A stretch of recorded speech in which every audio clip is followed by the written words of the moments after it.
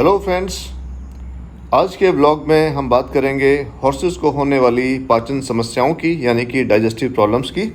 इसके अलावा इस मौसम में हॉर्सेस को स्नेक बाइट होने की आशंका तथा उससे सावधानियों के बारे में भी चर्चा करेंगे। इस व्लॉग के साथ हमारी हॉर्स हेल्थ हैज़र्ड सीरीज़ का समापन भी हो जाएगा।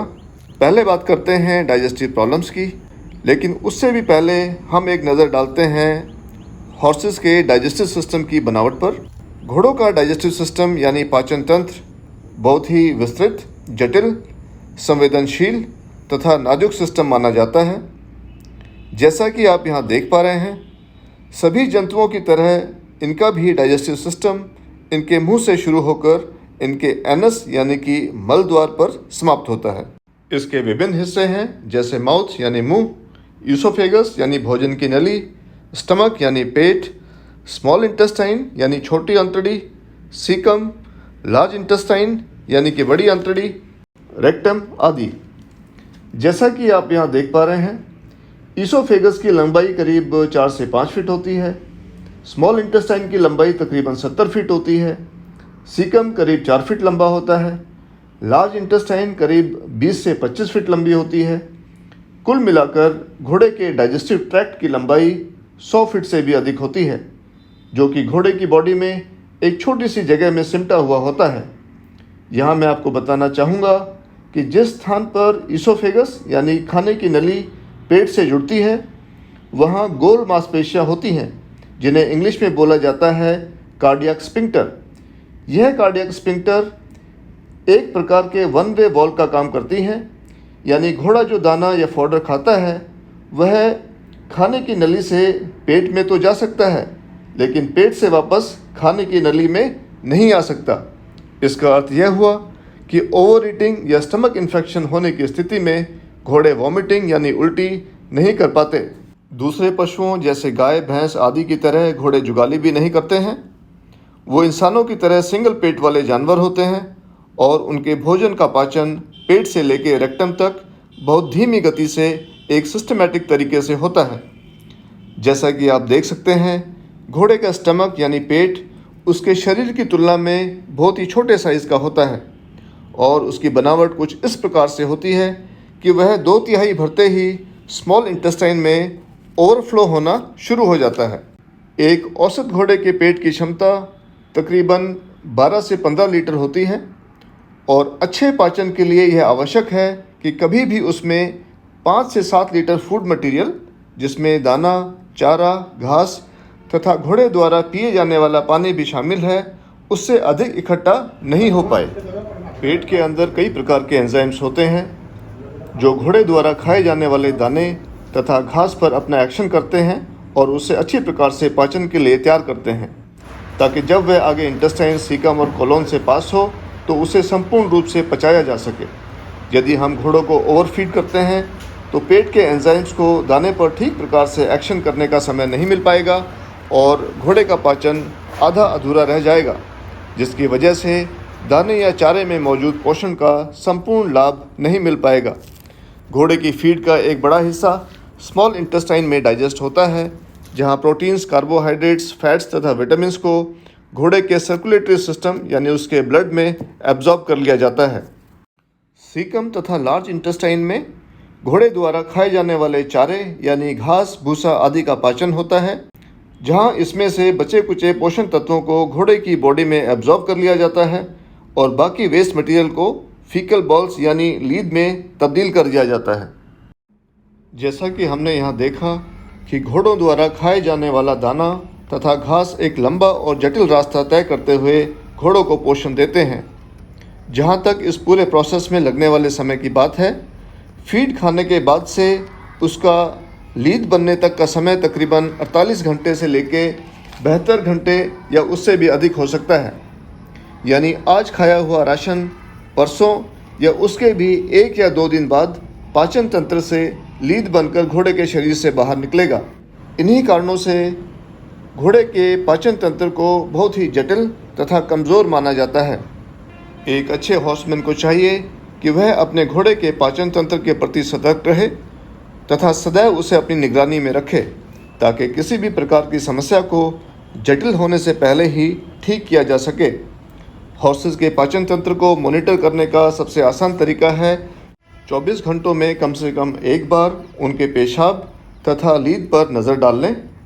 यदि आपके घोड़े की लीद ड्राई है और उसके गोले बन रहे हैं, जैसा कि आप यहाँ देख पा रहे हैं, और उसमें किसी भी प्रकार की बैड स्मेल फील नहीं हो रही है और घोड़ा उसे आसानी से बाहर निकाल पा रहा है, तो समझ लें कि आपके घोड़े का पाचन तंत्र बिल्कुल सही है।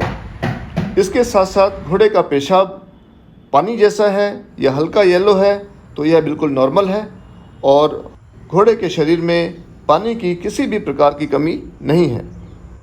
हॉर्सेस के डाइजेस्टिव सिस्टम में प्रॉब्लम के अनेक लक्षण हो सकते हैं, जैसे लीद का सही प्रकार से नहीं बनना, दस्त लगना, दाने को बहुत धीरे धीरे खाना या बिल्कुल नहीं खाना, पेट में दर्द यानी कॉलिक का होना आदि।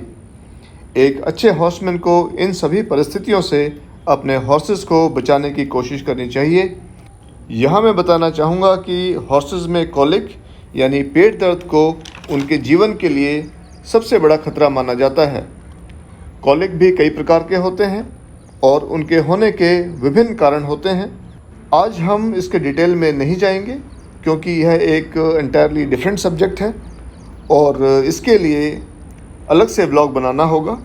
आज हमारे लिए यह समझ पाना काफ़ी रहेगा कि कॉलिक घोड़ों की मृत्यु का सबसे बड़ा तथा सबसे कॉमन कारण होता है। यदि इसका इलाज शुरू करने में देरी हो जाए तो घोड़े की जान को गंभीर खतरा उत्पन्न हो जाता है।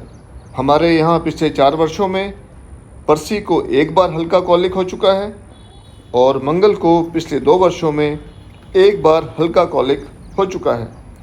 दोनों ही सिचुएशंस में हमने तुरंत डॉक्टर की सलाह ली, टाइमली ट्रीटमेंट स्टार्ट किया और समस्या को आगे बढ़ने से रोक दिया।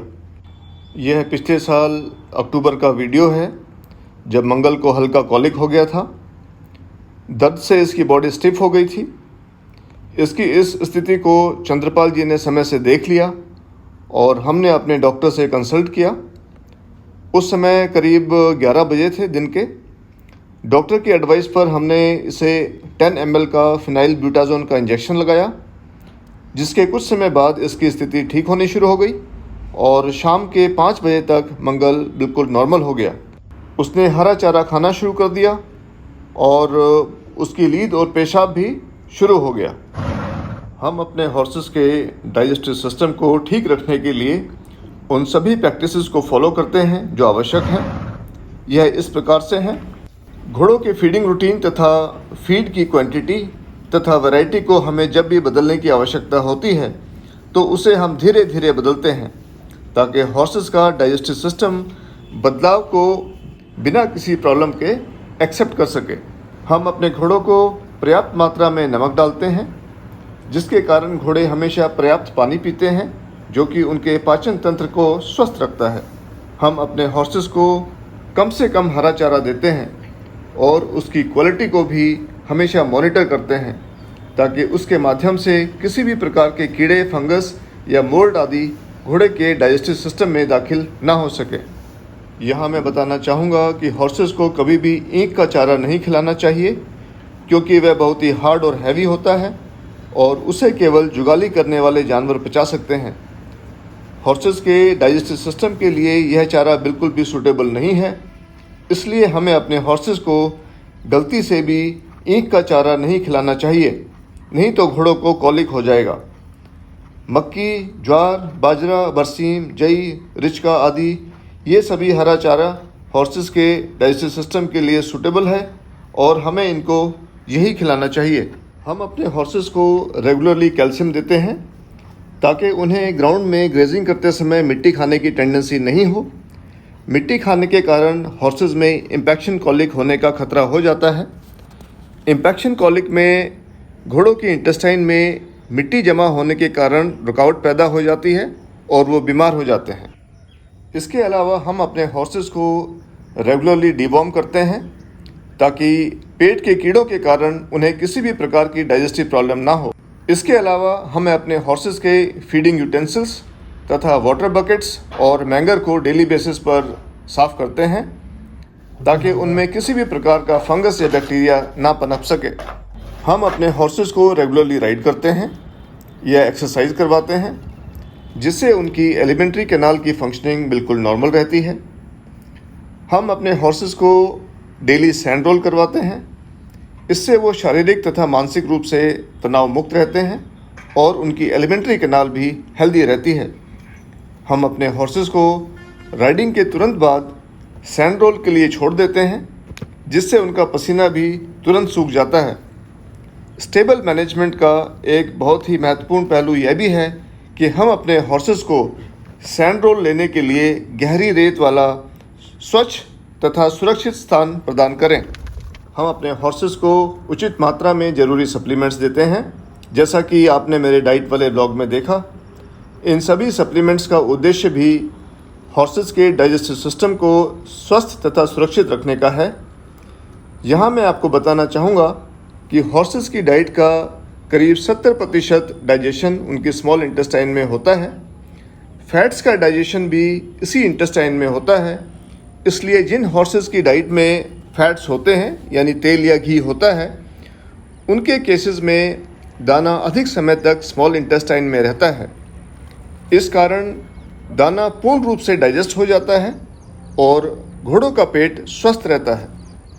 हम अपने हॉर्सेस के सामने 24/7 हे यानी सूखी घास डालकर रखते हैं, जिसे वो धीमे धीमे खाते रहते हैं, जिसके कारण उनके पेट में किसी भी प्रकार की एसिडिटी या अल्सर होने की संभावना लगभग समाप्त हो जाती है।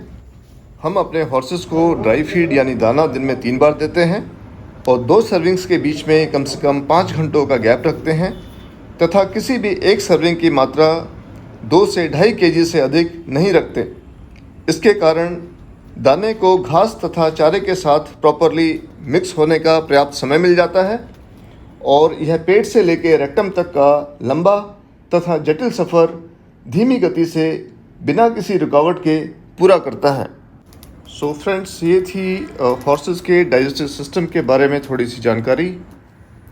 यदि आपकी जानकारी में कोई और बेटर प्रैक्टिस हो जिसे फॉलो करके हम अपने हॉर्सेस के डाइजेशन को और अच्छा कर सकते हैं, तो प्लीज़ कमेंट्स में शेयर कीजिएगा। इस मौसम में हमें अपने हॉर्सेस को स्नेक बाइट के खतरे से भी बचा कर रखना चाहिए। इसके लिए हम अपने कैंपस तथा स्टेबल्स के चारों ओर कार्बोलिक एसिड का छिड़काव करते हैं। जैसा कि आप यहाँ देख पा रहे हैं, हमने स्टेबल्स के चारों ओर इस प्रकार से 2 ईंटों के बीच में पोछे के कपड़े के छोटे छोटे पीस लगा कर रखे हैं और 7-8 दिनों में इनमें 8 से 10 ड्रॉप कार्बोलिक एसिड डाल दिया जाता है, जैसा कि आप यहाँ देख पा रहे हैं। कार्बोलिक एसिड एक स्नेक रेपेलेंट है और इसकी स्मेल से सांप दूर भागते हैं। यह पदार्थ केमिकल की किसी भी शॉप में आसानी से मिल जाता है। ये सॉलिड फॉर्म में होता है और इसको तकरीबन 1 घंटा धूप में रखना होता है। उसके बाद ये पानी बन जाता है और उसके बाद हम इस्तेमाल कर सकते हैं। और जैसे ही हम इसको छाया में रखेंगे, ये 15-20 मिनट में वापस अपने सॉलिड फॉर्म में आ जाता है। इसके बारे में बोला जाता है कि जिस स्थान पर हम ये ड्रॉप डाल देते हैं, वहाँ से तकरीबन 10 मीटर तक रेडियस में एरिया सैनिटाइज हो जाता है, यानी कि उस एरिया में स्नेक नहीं आने चाहिए। लेकिन हमने इसे ओवर इंश्योर करने के लिए 10 मीटर में 2 से 3 पॉइंट बना रखे हैं। इसके अलावा हम अपने स्टेबल्स के चारों ओर लहसुन भी डालकर रखते हैं। लहसुन को भी एक स्नेक रेपेलेंट माना जाता है, इसलिए हम इसका भी इस्तेमाल कर लेते हैं। इन सभी मेजर्स को हमें सिम्बा की डेथ के बाद स्टार्ट करना पड़ा। सिम्बा जो कि हमारा तीसरा घोड़ा था, उसकी last year suspected snake bite के कारण मृत्यु हो गई थी। उसकी बॉडी के लक्षण स्नेक बाइट की ओर इशारा कर रहे थे और उसके बाद जब हमने स्टेबल्स के पीछे गली का एरिया साफ़ किया तो वहाँ पे हमें एक कोबरा और एक क्रेट प्रजाति के सांप मिले। उस हादसे के बाद हमने ये सभी एंटी स्नेक उपाय शुरू किए तथा स्टेबल में सीसीटीवी कैमरा भी लगवाए, ताकि स्टेबल में और उसके आसपास के एरिया में होने वाली सभी गतिविधियों के ऊपर हम नज़र रख सकें। So friends, this was my blog for today. Thank you very much for watching. मुझे उम्मीद है आपको पसंद आया होगा। मुझे आपके विचारों का, आपके फीडबैक का तथा आपके प्रश्नों का इंतज़ार रहेगा। कुछ फ्रेंड्स की ये क्वेरी आई है कि वो हॉर्स ख़रीदना चाहते हैं, तो कैसे करें, कैसे ख़रीदें, कहाँ से ख़रीदें, क्या क्या देखें घोड़े में ताकि उनके साथ कोई चीटिंग ना हो सके, मारवाड़ी ख़रीदें या थॉरोब्रेड ख़रीदें आदि। इसके अलावा कुछ फ्रेंड्स ने ये भी पूछा है कि हम मारवाड़ी घोड़ों की पेडिग्री कैसे चेक करें, उसका क्या रिकॉर्ड होता है, कैसे पता चलेगा कि किस पेडिग्री का है। ये सभी बड़े ही स्वाभाविक प्रश्न हैं और बहुत अच्छे प्रश्न हैं, और किसी भी फ्यूचर हॉर्समैन को इन प्रश्नों के उत्तर पता होना चाहिए। इन सभी प्रश्नों को एड्रेस करने के लिए एक डेडिकेटेड ब्लॉग की आवश्यकता होगी, जो मैं लेके आऊँगा next week. Till then, take care of yourself, enjoy yourself, stay happy and stay fit. Good bye.